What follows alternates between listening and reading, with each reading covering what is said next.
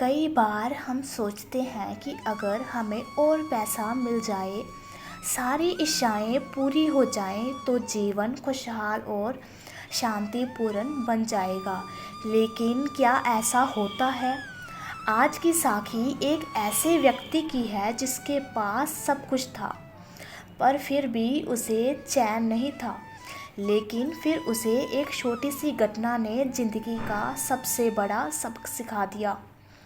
सेठ अमीर चंद के पास अपार धन दौलत थी।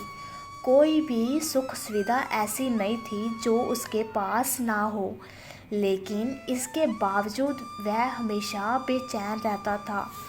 उसका मन कभी भी शांत नहीं रहता था। उसे हर समय किसी न किसी चीज़ की चिंता सताती रहती थी। एक दिन वह कहीं जा रहा था, तभी रास्ते में उसे एक आश्रम दिखा। वहाँ से किसी संत के प्रवचनों की आवाज़ आ रही थी। उस आवाज़ में कुछ खास था जिसने सेठ को भीतर जाने के लिए मजबूर कर दिया। वह वहाँ बैठकर संत के प्रवचन सुनने लगा। प्रवचन समाप्त हुआ और सब लोग अपने अपने घर चले गए, लेकिन सेठ वहीं बैठा रहा। संत ने पूछा, बेटा, तुम्हारे मन में क्या चिंता है? सेठ बोला, बाबा, मेरे पास सब कुछ है, लेकिन फिर भी मन को शांति नहीं मिलती। हर समय बेचैनी रहती है। संत मुस्कुराए और बोले, चिंता मत करो, तुम्हारी अशांति का कारण अभी स्पष्ट हो जाएगा। संत ने सेठ से कहा, आंखें बंद करो और ध्यान की मुद्रा में बैठो। जैसे ही सेठ बैठा, उसके मन में इधर उधर की बातें आने लगी। वह शांत नहीं बैठ सका और बोला, बाबा, मेरा मन नहीं लग रहा, चलो जरा आश्रम का चक्कर लगाते हैं। दोनों टहलने लगे। तभी सेठ की नज़र एक सुंदर पेड़ पर पड़ी।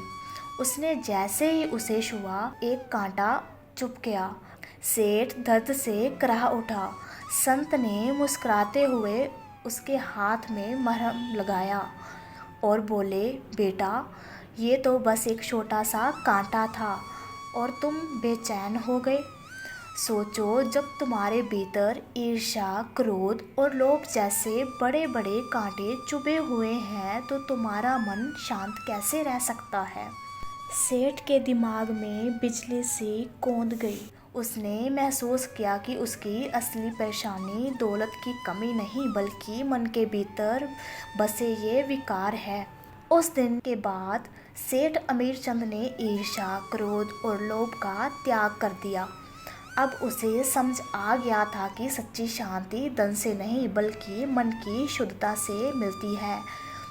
ईर्ष्या, घृणा और क्रोध हमें अंदर से कमज़ोर बनाते हैं।